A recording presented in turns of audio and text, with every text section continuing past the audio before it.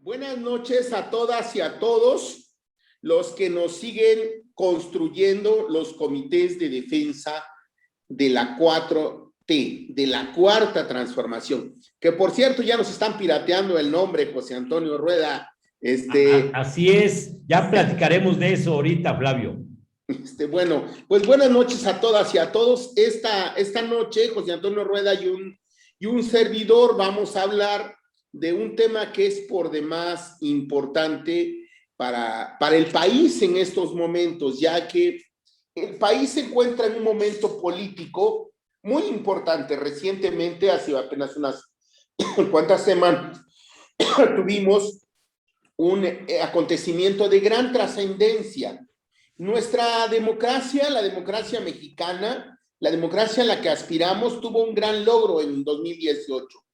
Acabar con un régimen que en los últimos tiempos se había disfrazado de alternancia, pero que era más de lo mismo, que resultó más de lo mismo, que traicionó a la posibilidad de transformación con la alternancia del 2000 y resultó una verdadera tragedia, una verdadera tragedia. Ese régimen que lo hemos caracterizado como el régimen prianista fue derrotado en las urnas en 2018, pero la victoria del 18 fue producto de la suma de muchas luchas a lo largo y ancho del país. Si bien es cierto que el referente principal de esa victoria es Morena y el liderazgo del licenciado Andrés Manuel López Obrador, serían los dos principales ejes de esa victoria, también traen consigo o acompañándole una serie de luchas que han dado en el norte, en el centro y en el sur del país. Lo mismo la defensa de la tierra y el territorio, lo mismo la lucha contra las mineras asesinas, lo mismo la lucha por democratizar los sindicatos, lo mismo la lucha contra la reforma educativa, la lucha por la tierra, la lucha por el agua, la lucha por la democracia en el CENTE, la gran lucha de resistencia de la CENTE y muchas otras luchas más que sería un listado enorme que tendríamos que mencionar. La democratización, la búsqueda de medios de comunicación que realmente digan la verdad. Todas esas luchas confluyen en el 18 y logramos acabar con el régimen prianista. Este importante paso para lograr una democracia electoral en contra de un organismo como el actual INE, en contra de la voluntad de la mayoría de los personajes y de la élite que dirige el Instituto Nacional Electoral, esta victoria popular dio un gran paso hace apenas unas semanas cuando acudimos a las urnas a opinar sobre una pregunta que, por cierto, fue distorsionada y fue combatida por los grandes medios de comunicación. Me refiero a la posibilidad de juzgar a los expresidentes y a los exfuncionarios que saquearon al país, que traicionaron a la patria. Y bueno, nos enfrentamos a esa situación tan difícil que la Suprema Corte de Justicia hizo una pregunta ahí toda tramposa, toda amorfa, y a pesar de eso salió mucha gente a votar. Varios millones de mexicanas y mexicanos acudimos a votar y levantamos nuestro dedo orgullosos de que habíamos dado un paso en lo que es la democracia participativa. Pero después de ese paso tan importante que dimos en la lógica de construir una democracia que vaya más allá de elegir a sus gobernantes, que tenga que ver con que los gobernantes escuchen la voz de los ciudadanos, que tenga que ver con que los ciudadanos opinen sobre los asuntos que son de gran trascendencia y que tienen, insisto, como antecedentes luchas locales, luchas estatales que se han dado a lo largo y ancho de este país. Tenemos en los próximos meses, un tema que es de vital importancia para la República, para el país. Me refiero a la posibilidad de someter a la revocación del mandato, a un referéndum, a nuestro presidente de la República, quien ha estado insistiendo en someter su mandato a la opinión popular, en someter su mandato a las urnas para que la gente diga si está de acuerdo que el gobierno de López Obrador pueda continuar o deba dejar el gobierno. Bueno, ese es el principal tema que nos ocupa y de ahí vamos a tratar de desprender en el debate. José Antonio nos va a tratar de ayudar a tratar de desprender en el debate la situación que está viviendo Morena, que es la principal fuerza política en el país, que está gobernando la mayoría de los estados de la República, que es la gran fuerza política en el Congreso de la Unión, que domina muchos congresos estatales y que en estos momentos no cabe duda que es el eje del debate político en el país, Morena. Entonces, iniciamos por ahí, José Antonio, arráncate. Sí, mira, creo que tú planteas de manera interesante hasta dónde vamos en este momento en un gran esfuerzo de transformación nacional que tiene como origen, tiene como base en esta etapa el triunfo del presidente Andrés Manuel López Obrador en este camino que vamos. Sin embargo, efectivamente, hoy lo que está a la orden del día, pues es el tema del plebiscito revocatorio. Algunos compañeros, algunas compañeras podrán pensar que este plebiscito revocatorio, pues todavía está lejos, el año que viene, hasta marzo se dice, pero es evidente que tenemos una serie de elementos que es obligatorio que conozcamos, porque de otra manera podríamos estar caminando de manera ciega, sin ubicar todos los problemas que esto implica. Lo primero que creo que es muy interesante que conozcamos es que el plebiscito revocatorio ya está en la Constitución y por lo tanto, esto que hoy se discute de si se hace o no se hace, si sale o no sale la ley secundaria, es un elemento que no es determinante para hacer el plebiscito revocatorio. Dicho de otra manera, miren, el plebiscito revocatorio se va a llevar a cabo, se va a llevar a término si hay o no hay el tema resuelto de la ley secundaria. Sería mucho mejor que estuviera la ley secundaria, pero no es condición para que se haga o no se haga el plebiscito revocatorio. ¿Por qué es importante que se tenga la ley? Porque en la ley se precisan muchos elementos técnicos para poder hacer este plebiscito en las mejores condiciones.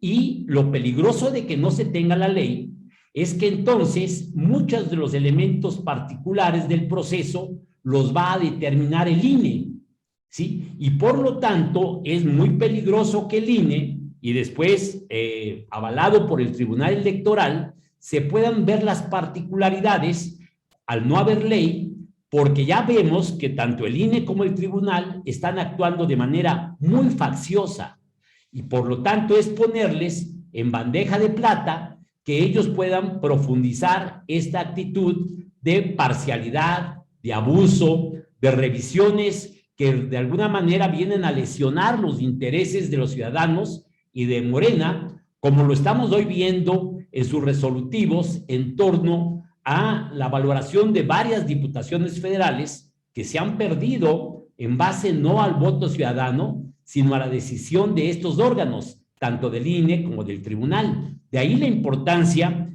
de que esta ley secundaria que viene a complementar la revocación del mandato se expida a tiempo y eso es factible en el mes de septiembre.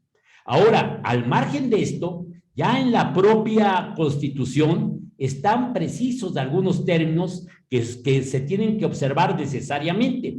Por ejemplo, miren, ahí ya está claro que para que se pueda llevar adelante este tema, se necesita que se conjunte el 3% de el padrón electoral, lo que igual viene a ser una cantidad cercana a los 3 millones de personas que soliciten hacer este plebiscito revocatorio. Este es un elemento importante y ahí hay una decisión importante que tomar. Nosotros, como morenistas o como gente que simpatiza con la Cuarta Transformación y con el presidente López Obrador, debiéramos o no juntar esas firmas, ¿sí? Yo lo dejo planteado, mi punto de vista es que no lo debemos de hacer, pero es un tema a debatir. Luego, también está claro cuándo se tienen que conjuntar estas firmas. Esto se tiene que hacer durante el mes de noviembre hasta el 15 de diciembre. A partir de esta fecha, se entrará en revisión por 20 días de las firmas que se presenten y el INE tendrá finalmente, si procede en función de las firmas que se entreguen, hacer una convocatoria que tiene como límite el 5 de enero. A partir del 5 de enero se cuentan 60 días. Puede haber ajustes, pero son 60 días. Y por lo tanto se habla de que el plebiscito revocatorio se llevaría a cabo en el mes de marzo, ¿sí? Se habla del 21 de marzo, pero yo entiendo que aún esta fecha estaría por precisarse. Entonces, ¿qué es lo esencial del tema? Que nosotros sepamos que para que este plebiscito revocatorio sea válido, primero tiene que concurrir el 40%, ¿sí?, de la gente que está en la lista, en el padrón nominal de electores. Y la otra cuestión, que de esa gente que concurra a la elección, por lo menos el 50% más uno tiene que pronunciarse en el sentido de ratificar el mandato del presidente López Obrador o en función de suspender el mandato, ¿sí? Esta es la complejidad del tema, porque hay varios aspectos que tendríamos que discutir y es fundamental tenerlo muy claro. Yo en resumen, ¿qué digo? Vamos a un plebiscito revocatorio que se puede dar o no en función de que se conjunten los elementos que hacen que esto se vuelva obligatorio. Esto es decir, las firmas. Pero no hay que pensar que esto no se va a hacer porque la ley no lo permita, porque ya vemos que sí lo permite y desde la Constitución, o porque no se apruebe la ley secundaria. Y en ese sentido es muy preocupante para nosotros que analicemos en qué condiciones estaremos todos aquellos que estamos a favor de la Cuarta Transformación para el momento en que se lleve a cabo ese plebiscito revocatorio, porque la correlación de fuerza favorable para que el presidente Andrés Manuel López Obrador continúe como presidente de este país se empieza a construir desde ya, desde hoy. Y eso es lo importante de discutir ese tema en estos momentos. ¿Cómo ves el tema, Flavio? De hecho, ya está el tema en debate en estos momentos a nivel nacional. El día de ayer ya en redes sociales fue muy debatida la posición del INE y se está cuestionando directamente al Instituto Nacional Electoral. Yo creo que es muy importante que todas y todos los morenistas nos involucremos, pero es muy importante también, mucho más importante, que el partido esté preparado para ese momento. Yo siento que un elemento que no ayudó mucho para el éxito del pasado proceso de consulta fue el poco involucramiento del partido Morena. Creo que no estuvimos a la altura de nuestras responsabilidades. Por eso es muy importante que el partido se tenga que fortalecer. No sé cómo veas tu Rueda este proceso de fortalecimiento que se tiene que dar en Morena para que podamos meter de lleno a este proceso. Sí, yo creo que sí hay que entrarle al tema. A mí me parece que es fundamental. Pero yo antes, Flavio, te quería preguntar dos cosas. Me interesa mucho tu opinión. La primera, creo que hay alguna confusión porque mucha gente dice que no se puede aplicar retroactivamente esto del plebiscito revocatorio porque apenas se va a aprobar la ley secundaria que de alguna manera modera el proceso en materia de consulta popular y revocación del mandato. Aquí es muy importante que no nos confundamos, porque si muchos simpatizantes de la Cuarta Transformación están pensando que es factible que no se haga porque no se puede aplicar retroactivamente, quiero decirles que eso ya está resuelto en el momento en que la Constitución señala ya desde el día 19 de diciembre del 2019, señala claramente que este plebiscito revocatorio está amparado ya en una serie de preceptos constitucionales. Es decir, no hay ninguna posibilidad de que esta ley frene el tema de que se lleve a cabo. Esto es importante. Y la otra cuestión, particularmente que sí quisiera conocer tu opinión, Flavio, ¿tú qué opinas? Nosotros como simpatizantes de la Cuarta Transformación, ¿debiéramos conjuntar firmas para que se lleve a cabo ese plebiscito o dejamos esto en iniciativa de la derecha, que son ellos quienes estarían en la lógica de querer destituir al presidente? Yo lo he dicho en otras ocasiones, iniciativa del presidente fue reforzar la posibilidad del plebiscito revocatorio, es decir, les regalamos esta oportunidad a la derecha, no tanto pensando en ellos, sino pensando en que el poder tenga como sustento el pueblo. Es decir, está en la lógica de la democracia participativa.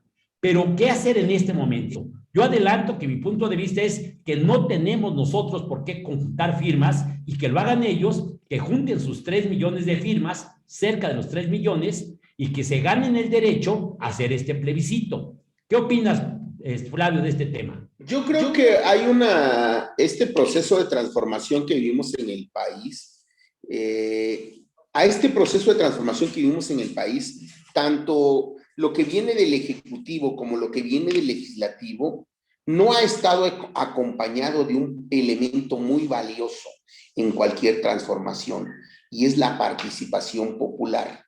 Yo creo que los legisladores debieran legislar con la movilización popular en la calle. Bueno, si bien es cierto que este año y medio de pandemia lo ha impedido, pero yo creo que el partido debiera ser un partido que debería en la calle permanentemente convocar a la gente a la movilización para nutrirse de esta movilización. ¿Qué le espanta a la derecha desde mi punto de vista? Le espanta a la derecha que salgamos masivamente a las urnas a decir: Andrés Manuel queremos que se quede, y que en las urnas el próximo año pueda medirse con claridad el respaldo popular que tiene el presidente.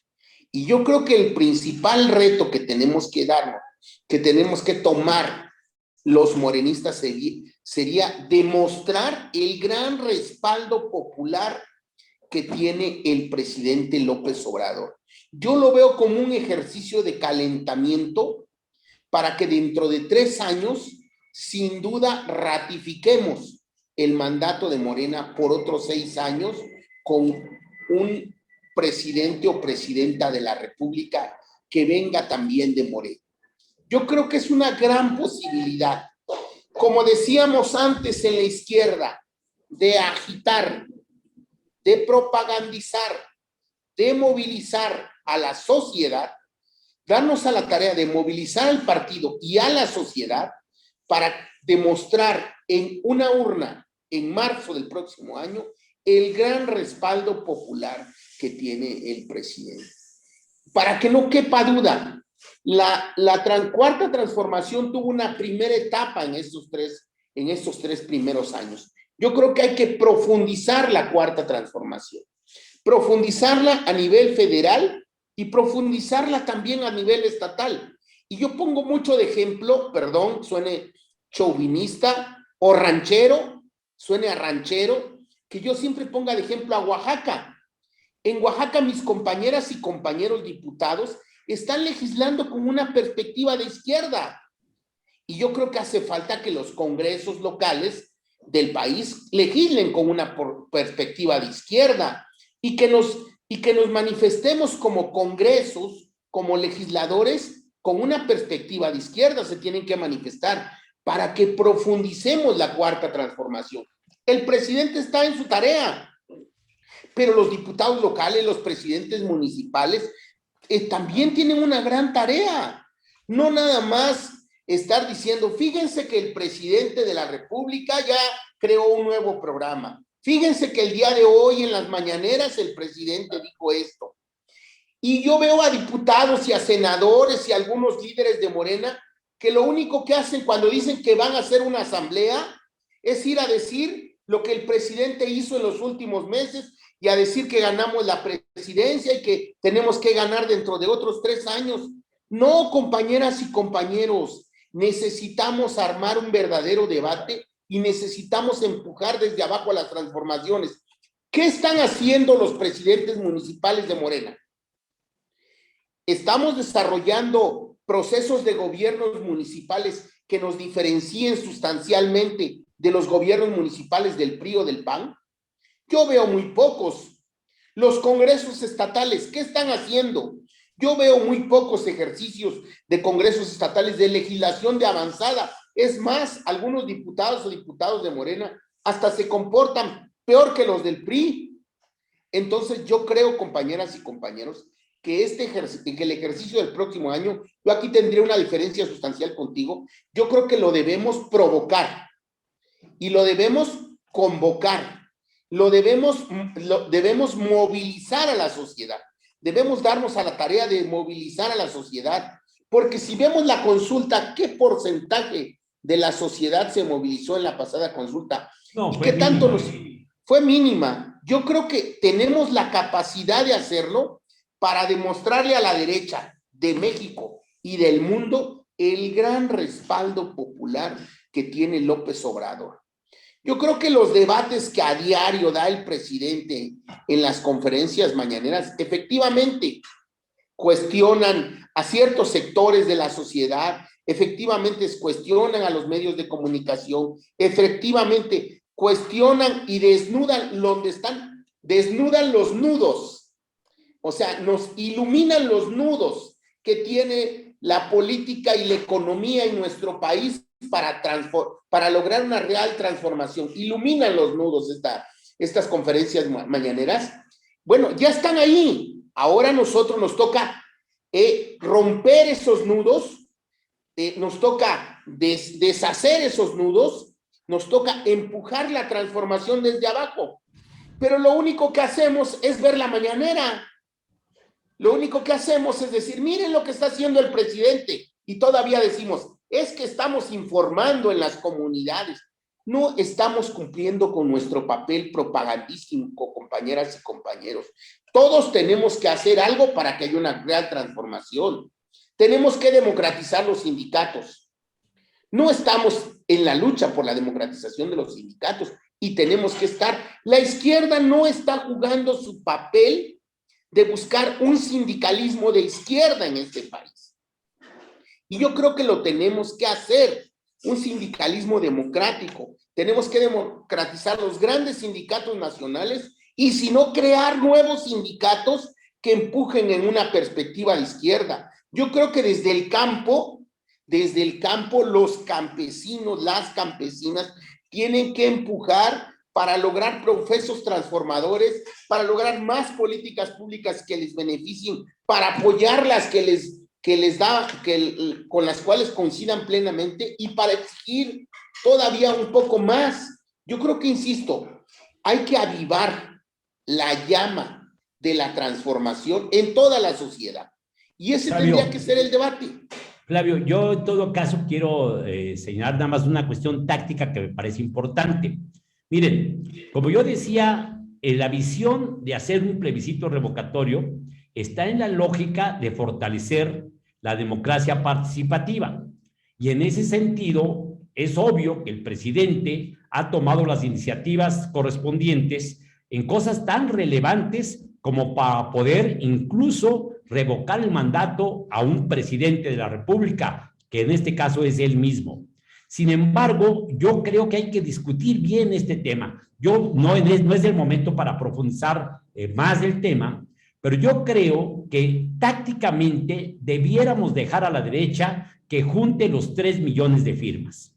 Eso no quiere decir que nosotros, los impulsores de la Cuarta Transformación, estemos pasivos. Nosotros podemos ir a las comunidades, formar comités de defensa de la Cuarta Transformación, generar debate, generar discusión, incluso conjuntar firmas en la lógica del compromiso por mantener el mandato del presidente López Obrador. Pero los que quieren el plebiscito, ellos debieran de empeñarse en juntar esas firmas. A mí sí me daría mucho gusto ver a la derecha tocando a las puertas, yendo a los mercados, yendo a las plazas públicas. Rueda, te interrumpo, es que la derecha no quiere el plebiscito. No, ahí estás equivocado, Flavio. Es precisamente un tema que me parece muy importante. Mira, yo creo que hay gente de la derecha de abajo, la derecha esa fifí, clase media, que incluso no quiere el plebiscito porque tiene la percepción que Andrés Manuel los puede apabullar, pero además de eso, ven que tienen que ponerse a conjuntar 3 millones de firmas y prefieren decir, es que es un desgaste de dinero muy grande. Pero yo creo que la derecha, que está mucho más articulada, que está mucho más pensando en la estrategia de cómo derrotar al presidente, esa derecha que tiene el centro de articulación económica y financiera, esa derecha que dirige al PRI, al PAN y al PRD, vas a ver tú, Flavio, que van a hacer un enorme esfuerzo, porque hay datos que les ayudan mucho. Mira, si tú sumas grupo por grupo, toda la gente que votó en la pasada elección por Morena, por el Verde, que ahora es aliado, y por el PT, es un número menor que si tú sumas al PRI, al PAN, al PRD y al Movimiento Ciudadano. Alguien podría decir, sí, cierto, número por número son más, y si hubieran votado por una definición, a lo mejor ganaban, pero no estaba el presidente en el centro de la definición. Hoy vamos a subir mucho más, pero veo tú el nivel de organización que traemos. Vamos a pasar a analizar el partido, vamos a pasar a analizar las condiciones de las organizaciones sociales, pero además hay otro elemento que es muy importante. Vamos a pasar a analizar el papel de los jueces. Ya vemos cómo quitaron arbitrariamente, aduciendo verdaderas cosas secundarias, 3 diputaciones federales, si es que no van a ser hasta 4, a Morena o a sus aliados, al PT. Ya vemos nosotros cómo están ahorita revisando el tema de Campeche, y es factible que intenten quitarle la candidatura a Morena. ¿Tú crees, Flavio, que el INE y el tribunal, si tienen las manos libres en este proceso, se van a tentar el corazón para poner mucho más urnas, mucho más centros de votación en las áreas de dominio de la derecha? ¿Tú crees que Dante Delgado sistemáticamente que no, Rueda? ¿Sí? Por supuesto que no, pero ellos no quieren el plebiscito. Porque no, yo creo, mira, yo te sugiero que veas a alguien, por ejemplo, el senador del PAN, ¿sí? Cepeda, ¿sí? Que veas su análisis, y estoy seguro que lo comparten muchos sectores de la derecha.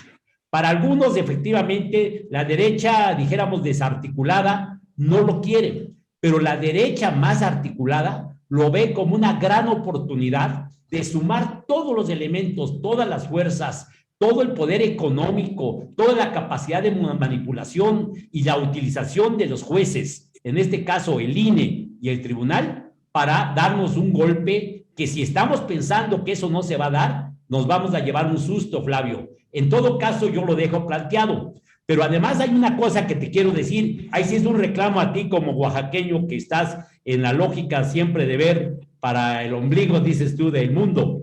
Fíjate, Flavio, que este asunto que está en la Constitución de hacer el plebiscito revocatorio, no nada más es para los presidentes de la República, también está ya planteado ahí para los gobernadores, Flavio. Y eso está desde el 19 de diciembre del 2019. Y fíjate, Flavio, que ahí se acordó darle a todos los parlamentos de los estados que conforman México en su conjunto, 18 meses. Es decir, 18 meses han transcurrido sin que ninguno de los parlamentos estatales haya hecho la ley respectiva. Pero te quiero decir otra cosa.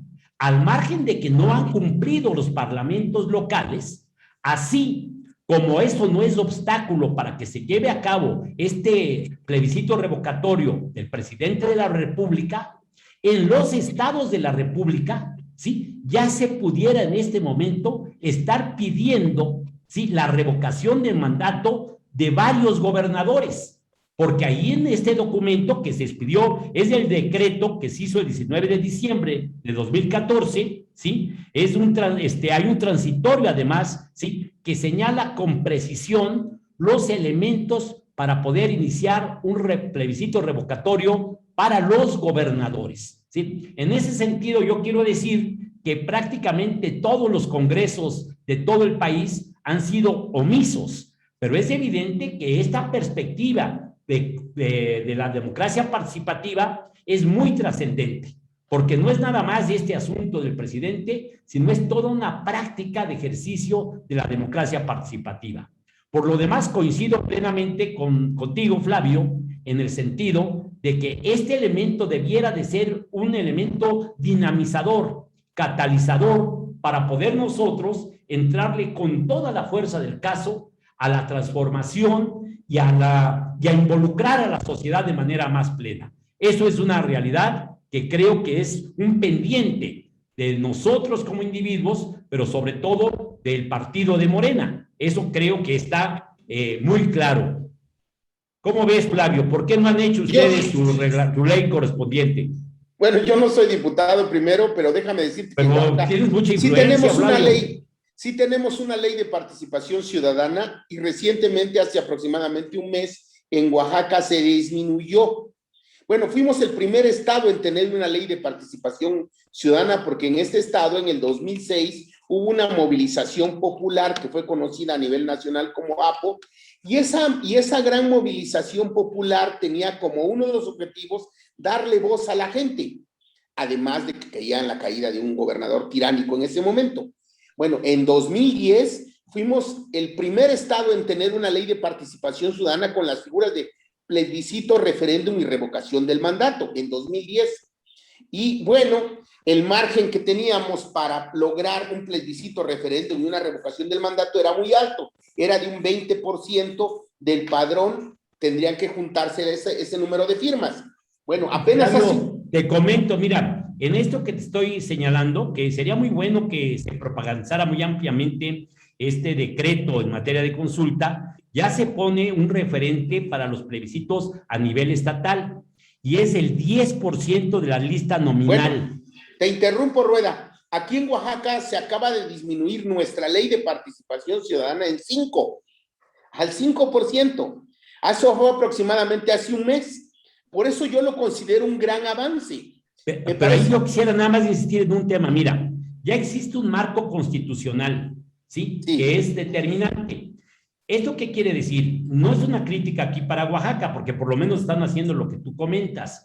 Pero fíjate que la obligación de todos los parlamentos locales es legislar para hacer compatible las iniciativas locales con el precepto constitucional. Sí, claro. Y la Constitución ya señala que un plebiscito revocatorio a nivel de cada uno de los estados debe de contener el 10% de las firmas de la lista nominal. Es decir, eso ya está determinado. E incluso señalan cómo los porcentajes en los municipios, o por lo menos del 50% más uno. Yo creo que es un pendiente aquí que hay que atender, pero es obvio que en todo caso, bueno, cada estado tendrá su particularidad, pero este plebiscito nacional mete de inmediato este tema, ¿sí? Por decirlo de esta manera, mira, para decirlo muy drásticamente, todos los gobernadores que fueron electos en 2018, todos ellos, en este momento, si los ciudadanos tomaran la iniciativa, podrían ser sujetos de un plebiscito revocatorio. Fíjate, qué interesante está ese tema. Sí, y yo quiero abundar un poco en el debate contigo en el sentido de que yo no estoy de acuerdo que la derecha quiera. Desde luego lo que quisiera es darle golpe a Andrés Manuel. Desde mi punto de vista, lo que la derecha quiere es debilitarlo, desprestigiarlo y arma campañas, ¿no? Momentos de campaña. En algún momento usaron al Frena, en algún momento lo han acusado de muchas cosas al presidente. Han querido armar campañas desde esta plataforma que se llama Latinus, han usado distintos medios de comunicación, han aprovechado algunos errores también del propio presidente, pero no han tenido la capacidad de articularse. Su más cercano intento de articulación fue conformar la coalición PAN-PRI-PRD. Ese fue su más intento, más cercano intento. Ni con eso pudieron. Ni con eso pudieron. Y al interior de cada uno de esos partidos ya está un debate abierto y está una crisis abierta por la forma en cómo se coaligaron y cómo procesaron esas coaliciones y los resultados que tuvieron en cada estado y a nivel federal. Luego, entonces, la derecha ni está preparada ni quiere un plebiscito en estos momentos. No está en condiciones de hacerlo. Pero finalmente ese es un punto de vista, una óptica, mi óptica. La pregunta que nos tenemos que hacer nosotros es, nosotros como partido, como Morena, como movimiento que apoya la cuarta transformación más allá de Morena, ¿estamos preparados para ese momento? Yo creo que no. Esa es una pregunta muy pertinente, Flavio. Yo creo que es a donde tenemos que ir. A mí me parece acertado que desde la Secretaría de Organización de Morena se empiecen a promover los comités de defensa de la Cuarta Transformación. Y yo hablaba al principio del programa en tono de broma de que nos han pirateado el nombre. Me parece de celebrarse que haya esa piratería política. Enhorabuena que se tome esta idea que surge en la unidad de las izquierdas. Me parece que es verdaderamente loable que se tome. No hay que demandar al partido porque se pirateó los comités de defensa. Me parece que es acertado el que esto haya sucedido, y creo que hay que promover los comités de defensa de la Cuarta Transformación y generar una estructura territorial a nivel nacional. Me parece importante, pero además de esto, yo creo que tenemos que hacer una revisión autocrítica. Tenemos que empezar a hacer cortes para decir, a ver, ¿dónde estamos parados? ¿Dónde está parado el movimiento social, el movimiento político de la 4T en estos momentos? ¿Sobre qué base se sostiene en mi sindicato, en mi estado, en mi región, en mi municipio? Y decir, ¿hacia dónde queremos que camine?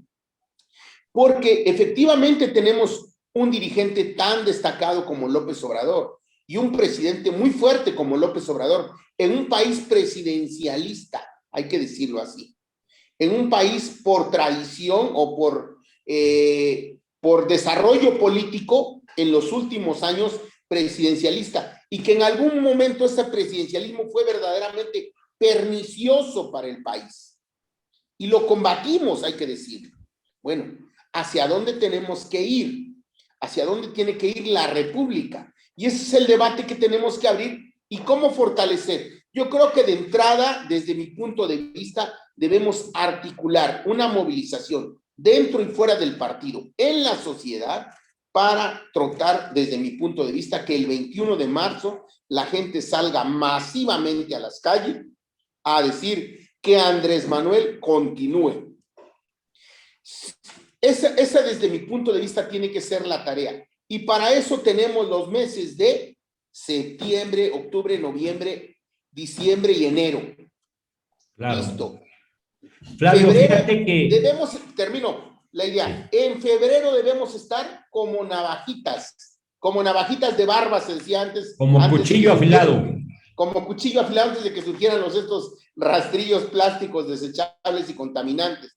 Decíamos, como navajita de barba debemos estar, como las navajitas Gillette, ¿no? Todos recordamos, muchos recordamos las navajitas Gillette. Entonces debemos estar así, ultra filosos. Me hubiera gustado conocerlas, Flavio. Bueno, ultra filosos debemos estar para febrero, para que en febrero ya diseñemos la estrategia de tierra para la movilización de marzo. Yo creo que tendría que ser el objetivo, pero vamos a pasar por un momento de debate y de definiciones en la Cámara de Diputados. Yo creo que hay que empujar por una transformación del Instituto Nacional Electoral. Yo creo que hay que transformar a ese organismo elitista, o sea, económicamente de élite. O sea, es un organismo derrochador de recursos. Hay que transformarlo en un organismo que cueste menos a la ciudadanía, donde la ciudadanía tenga más poder y donde los consejeros ciudadanos efectivamente respondan a los intereses de la sociedad y menos a los intereses de los partidos, y en este caso del PRIAN. ¿Cómo la ves, Rueda? Mira, yo creo que tienes mucha razón. Habría que ver cuáles son los márgenes que nos permitan hacer un cambio de fondo, tanto en el INE como en el tribunal, porque recurrentemente se habla de reformas constitucionales y sabemos que para hacer una reforma constitucional, pues habría algún problema para poder llevarla a cabo en la correlación de fuerzas que actualmente se tiene y la que se va a tener en la próxima legislatura. El problema que tenemos es que la perspectiva de plebiscito pues ya está a la vista, y con este INE y con este tribunal faccioso pues podemos esperar cualquier tipo de cosas que vengan a hacer profundizar la traición a la democracia que ellos ejemplifican. Pero mira, quiero referirme a lo que tú también te refieres, al partido. Yo creo que tendríamos que preguntarnos, y para que la cuarta transformación, la militancia de Morena, los sectores progresistas de este país estén como navajita de rasurar, ¿qué se necesita? Porque yo creo que vamos por mal camino como partido. ¿Sí? Nosotros todos recordamos que después de toda la etapa de inmovilidad de Jacob Polensky, pues vino la etapa del jaloneo, ahí donde estuvo Alfonso Ramírez Cuellar, y finalmente Mario Delgado, de alguna manera impuesto por un modelo que viene del INE, que viene del tribunal, y que pone que se haga una encuesta a población abierta para que salgamos con un presidente y una secretaria, ¿sí? Ahora, en estas condiciones, ya está claro, por lo menos la propuesta de Mario Delgado, es que la renovación del partido se vaya hasta finales del año próximo. Lo que quiere decir que como está el partido, vamos a enfrentar tanto el plebiscito de marzo como la elección de 6 gobernaturas el próximo año, en junio del próximo año. Y es claro que no se están tomando los pasos que permitan que este trayecto se logre con la mayor unidad, con la mayor transparencia, con un ejercicio respetuoso del estatuto, con un ejercicio respetuoso de la democracia. Por el contrario, ¿qué nos estamos encontrando?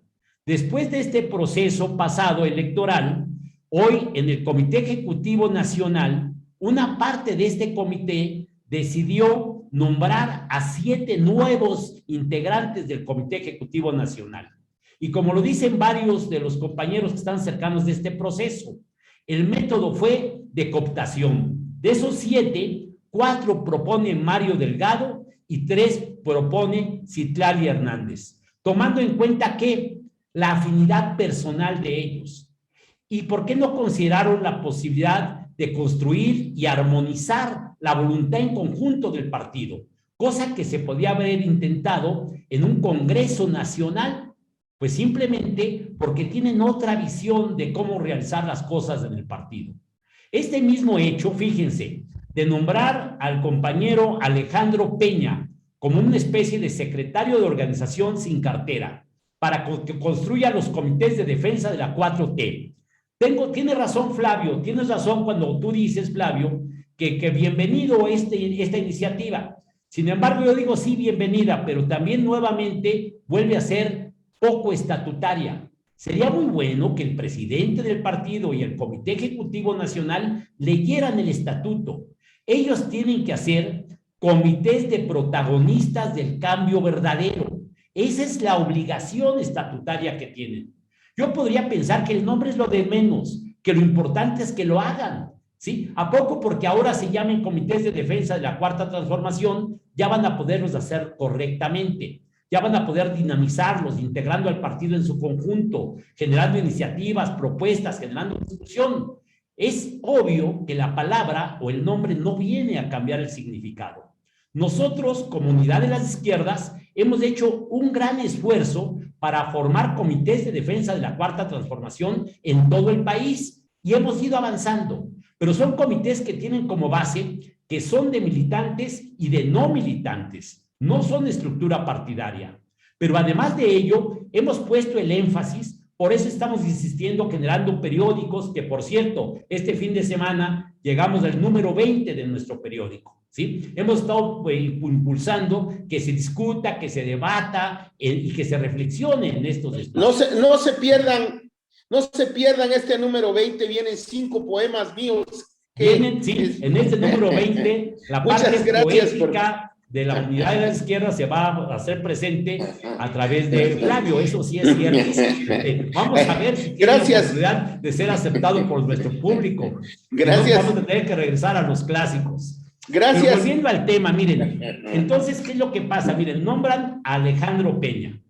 Y Alejandro Peña, siendo un compañero muy respetable, pues es parte de la comisión de candidaturas, esta que ha dejado tan mal sabor de boca para muchísimos militantes, porque existen muchas quejas de que la comisión de candidaturas que actuó en el proceso pasado fue arbitraria, impuso candidatos, hubo dedazos, hubo falsificación de procesos, falsificaron el proceso que se le llama de la tómbola, sí que es por sorteo. Entonces, uno de los miembros más destacados de la comisión de candidaturas ahora va a ir a formar comités de defensa de la Cuarta Transformación, ¿sí? Es evidente que tendría que ir a explicar primero cómo es que trabajó la comisión de candidaturas, ¿sí? Y es obvio que el resultado no es correcto, no es bueno, no es adecuado. Yo creo que el compañero Mario Delgado debería de reflexionar cuál es el papel de él como presidente del partido para generar las condiciones de unidad, de integración, de armonía, de unidad de acción, de unidad de propósitos, y ahí debiera de poner el eje en esta etapa que viene. Porque si nosotros mismos nos saboteamos, nosotros mismos nos confrontamos, si nosotros mismos generamos la desunión, pues es obvio que esa navajita que tiene filo enorme, como señala Flavio, pues no se va a construir, sino que seguiremos en un proceso de desencuentros, de confrontaciones, de malos entendidos. Yo creo que estamos todavía en un momento de reflexionar y avanzar en una perspectiva que nos fortalezca frente al futuro, porque los enemigos son muchos, los adversarios son poderosos, no por su arraigo en la sociedad, sino porque tienen otros elementos, tienen dinero, tienen medios de difusión, tienen medios de confusión, y nosotros debemos de construir una unidad que vaya más allá del interés particular o de grupo. ¿Cómo ves, Flavio? ¿Cómo hacemos? Ya está en puerta el proceso de construcción de los comités de defensa de la Cuarta Transformación. Los procesos electorales nos imposibilitan jurídicamente para generar un proceso de redireccionamiento del partido, yo creo. Más bien, más que redireccionamiento, de renovación de la dirección del partido, que creo sí sería importante. Creo yo que lo que tenemos enfrente, la tarea que tenemos enfrente, es mayúscula: reavivar el movimiento de la Cuarta Transformación, reavivarlo desde abajo. Si desde el partido en estos momentos no es posible hacerlo, hagámoslo dentro y fuera del partido, con lo que podamos dentro, participando en este proceso oficial, por llamarle de alguna manera, que se ha iniciado, pero también afuera, compañeras y compañeros. Yo creo que no toda la vida política está en el partido. No, yo no creo que no hay vida fuera de Morena, no hay vida política ni transformación fuera de Morena. Yo creo que hay mucha vida política y procesos transformadores fuera de Morena. Empujemos desde allá, jalemos a Morena. Por eso es tan importante esta convocatoria que se lanza para armar un frente nacional de izquierdas. Por eso es tan importante hablar de este Frente Nacional de Izquierdas y lograr que nos agrupemos, que logremos seducir, que logremos convencer, que logremos concientizar a otros núcleos que no están participando a que conformemos una estructura que empuje con una perspectiva de izquierda este proceso transformador. Yo creo que hay que revisar muchas cosas. No solamente en el discurso, me refiero sobre todo al tema de la acción, me refiero a las propias estrategias. Entonces, me parece muy importante, ya casi para cerrar, se nos ha ido el tiempo aquí en este interesante debate, me parece que es muy importante, ya estamos cerrando. Yo le pediría a José Antonio que cerrara con esta convocatoria a la construcción del Frente Nacional de las Izquierdas. Me parece que es un proceso bastante estratégico para las tareas que vienen. La tarea que viene... Flavio, yo creo que es muy importante recuperar. Termino mi rueda, mi idea. Perdón, Flavio, la tarea principal que viene es revitalizar el movimiento de la 4T, reestructurarlo, reforzarlo, trabajarlo, para que estemos en la capacidad de, en marzo del próximo año, hacer que la sociedad salga masivamente a decir: estamos con el presidente, queremos que López Obrador siga adelante. Y sería eso, que eso representaría de alguna manera un voto de apoyo a López Obrador para profundizar la cuarta transformación. Sería como un respaldo político inmenso para que López Obrador profundizara, echara a andar desde el Poder Ejecutivo el proceso de radicalización, iba a decir, este proceso de fortalecimiento de la cuarta transformación. Entonces, ¿cómo la ve Ruedas? Cierra, por favor, con esta idea de la frente. Sí, mira, yo creo que tú dejas planteado muy bien un tema que yo también tocaría para cerrar el tema. Vivimos un proceso de transformación que, quieras o no, avanza y avanza con gran fuerza. Y avanza además con el apoyo de un gran sector de la población mexicana. Pero seguimos fallando mucho en cuanto a nuestra capacidad organizativa, en cuanto a nuestra capacidad como partido, como Morena, y también la militancia que no es de Morena, pero que viene acompañando esta transformación, tampoco ha dado muchos resultados.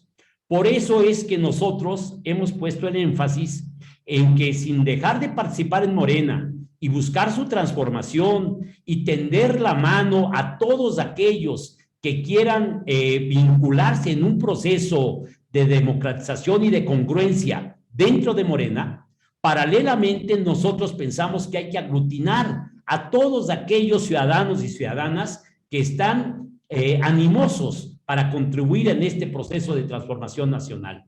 Por ello hemos propuesto la formación del Frente Nacional de las Izquierdas. Y estamos avanzando, estamos en comunicación con muchos núcleos de dentro y de fuera de Morena que están dispuestos a avanzar en ese sentido. Muy pronto vamos a hacer público algún resultado en ese sentido a través de alguna conferencia o algunas conferencias de prensa.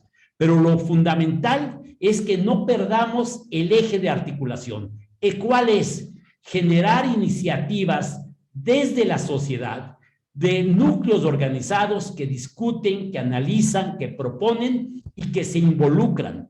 Cada uno en su sector, cada uno en su espacio. Unos pueden caminar para generar un movimiento sindicalista enérgico, articulado, con principios, con congruencia, recuperando mucho de la riqueza de la vida del movimiento obrero y sindicalista de los trabajadores de este país, en el movimiento agrario, en el movimiento urbano popular, en todos los sectores.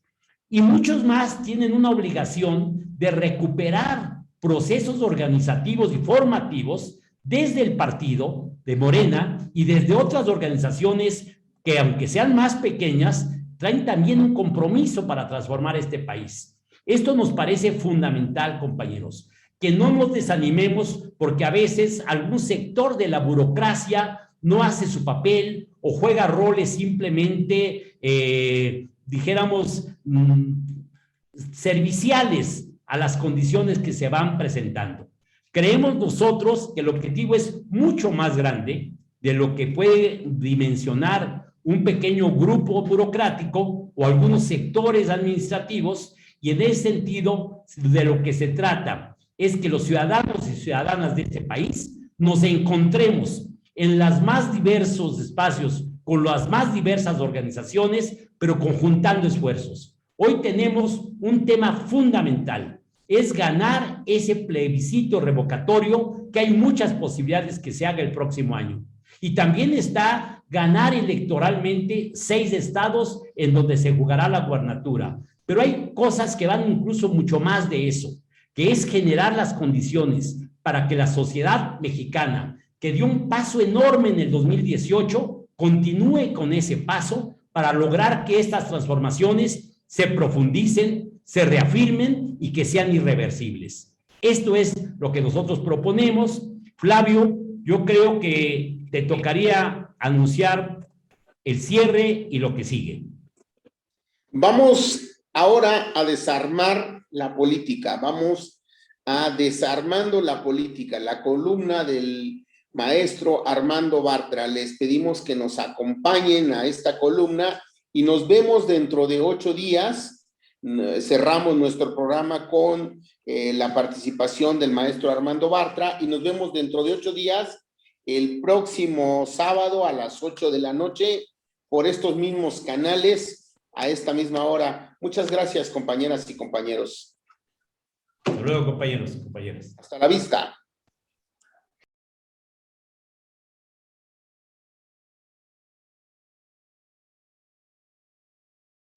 Hola, compañeros, compañeras. Pues una vez más voy a platicar con ustedes sobre un tema importante.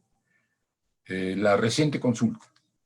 La consulta ciudadana, la primera consulta ciudadana constitucional en la historia de México. La pregunta de si los responsables mayores y menores de las decisiones políticas que se tomaron en el periodo llamado neoliberal y que dañaron terriblemente, que causaron dolor y sufrimiento a los mexicanos, a las mexicanas, debían ser investigados, debían ser eventualmente castigados. Es claro que la gente de izquierda, es claro que la gente simplemente progresista, estaba por el sí, mientras que la derecha, los conservadores, ese grupo de gente que sigue pensando que los gobiernos neoliberales fueron buenos para México o que simpatiza con los políticos de esa época, votaban por el no, estaban por el no. Y creo que para todos debe ser claro, la derecha fue apabullada, fue abrumada, fue aplastada materialmente. De cada 10 personas que votaron, 9 o más de 9 lo hicieron por el sí. Por el no, apenas 1 de cada 9, o menos de 1 de cada 9. En la primera consulta de nuestra historia, consulta popular, definida conforme lo establecen las leyes, la izquierda le ganó a la derecha por 9-1. Un triunfo inédito, contundente, demoledor. Un triunfo mayor porcentualmente que los 53% de 2018. Podrán decir misa, la derecha, los expresidentes, pero los conservadores fueron apabullados en esta ocasión. Ciertamente no se alcanzó el 40% del padrón que la ley establece para que el resultado de la consulta sea vinculatorio, sea obligatorio. De modo que el gobierno no está obligado por ley a realizar las investigaciones y los eventuales encauzamientos jurídicos por los que se votó. No está obligado por ley, pero cuando más de 6 millones, 7 millones de personas dicen que debe investigarse, y solo 1 de cada 10 dice que no debe investigarse, el gobierno está moralmente obligado, está políticamente obligado a investigar, aunque no lo esté jurídicamente, aunque no haya sido vinculatorio. Sería inconcebible que el gobierno dijera, bueno, como no votaron el 40%, entonces la votación absolutamente mayoritaria y abrumadora, 9 de cada 10, no va a ser considerada y no haremos la investigación de las responsabilidades en las que se incurrió en ese negro periodo de nuestra historia. Eso por un lado. Por otro lado, la campaña que se hizo para informarle a la gente, para sensibilizar a la gente, para convencer a la gente de que era importante tener en la memoria lo que había ocurrido en los últimos 35 años, la campaña de difusión, de explicación, fue fundamental, y esa es algo que ya permanece y que debe seguirse, que debe continuarse, porque recordar, reconstruir, redebatir la historia es vital. Ciertamente la votación fue escasa, apenas 1 de cada 9 de los que estaban en condiciones de votar, de los que estaban en el padrón que podía votar, apenas 1 de cada 9 fue a las urnas. Y ahí hay una responsabilidad, y la hemos señalado una y otra vez, hay que decirlo aquí, las reglas de la consulta, el modo en que hizo la consulta, el que no haya coincidido con la elección, el porcentaje de votación que se requiere para que sea obligatoria, las limitaciones para convocar una consulta, la manera oscura en que se formuló la pregunta, el hecho de que tenga la obligación y la responsabilidad de difundir el tema, el INE, y lo haya hecho tan mal, el que se hayan colocado muy pocas de las urnas, que la gente ya estaba acostumbrada a que estuvieran ahí porque estuvieron en la elección, todo eso hizo que se redujera muy significativamente el número de votantes. Por eso, muchos de los que estaban en condiciones y hubieran participado no lo hicieron, o lo hicieron pero no encontraron la urna. Quienes diseñaron la consulta popular, quienes instrumentaron la primera, parecen más interesados en que el mecanismo de participación ciudadana fracase y no en que tenga éxito. Una pregunta clara, mayor difusión, casillas suficientes, probablemente hubieran ampliado el número de votantes, hubieran ampliado la votación, quizás en lugar de los 6, 7 millones, hubieran sido 12, 13, 14 millones. Quizá. Pero nada que ver con los 35 millones que votaron por Andrés Manuel López Obrador, que votaron en el 18. Nada que ver con los cerca de 40 millones que se necesitaban para que fuera obligatorio. ¿Qué pasó? Faltó trabajo. La gente cree que el periodo neoliberal fue un buen periodo para la historia de México. Faltó trabajo de difusión. Morena y la gente de diferentes corrientes que activó los mecanismos fracasó. Pienso que no. Pienso que poca gente comparativamente fue a las urnas, porque, permítame que se los diga, porque lo que estaba a votación no afectaba de manera directa su vida, de manera directa, contundente, su vida. Decidir si se debe o no se debe investigar y castigar a los responsables del desastre neoliberal tiene, y lo sabemos, una enorme importancia simbólica. Tiene una enorme importancia política y tiene quizá una gran repercusión, podía haber tenido o tendrá quizá una gran repercusión de carácter jurídico. Pero no afecta directamente la vida de la gente. Y entonces votaron millones, y eso estuvo bien, pero no decenas de millones, que es lo que hubiéramos necesitado. Si, por ejemplo, piensen ustedes, si lo que se pusiera a consulta, y eso puede suceder en algún momento, si lo que se pusiera a consulta fuera algo así como si las gasolinas deben subir, debe incrementarse un 10 o un 15% el precio de las gasolinas, para con este incremento fomentar las energías limpias. Queremos energías limpias, no queremos polución, paguemos más por nuestras gasolinas. O no paguemos más por nuestras gasolinas, pero entonces no habrá recursos para combatir adecuadamente la polución. Si esto se pone a votación, les aseguro que van ríos de ciudadanos y ciudadanas a depositar su voto en las urnas, y se discute en las calles y en todas partes, en los mercados, y en las escuelas, y en el trabajo. Si la pregunta fuera sobre la obligatoriedad o no del cubrebocas, si te deben sancionar o no te deben sancionar por no usar el cubrebocas, por ejemplo, en la calle, les aseguro que muchas, no los 6, 7 millones, sino decenas de millones hubieran ido a votar. ¿Por qué? Porque está en juego algo que afecta su vida. Mientras que cuando los efectos son importantes y trascendentes, pero básicamente políticos, los que se mueven son millones, sí, pero millones de gentes con sensibilidad política, millones de gentes politizados. Las mayorías que tienen conciencia de lo que les conviene, lo que no les conviene, no se mueven o no se mueven tan fácilmente. Y entonces, mientras la ley diga, la norma diga que se necesita que salgan a votar cerca de 40 millones para que las consultas sean vinculatorias, pues solo debiéramos de poner a votación cuestiones que tienen un impacto en la vida cotidiana de la gente y que por lo tanto a todos o a casi todos interesan. Y entonces sí tendremos millones de votantes en cuestiones como las que se pusieron a votación, y no porque no se haya hecho difusión y no porque no sea políticamente importante, no hubo tanta gente dispuesta, y la que estaba dispuesta y no encontró la urna finalmente desertó. Hay que cuidar las formas de participación ciudadana emergentes como esta, que es fundamental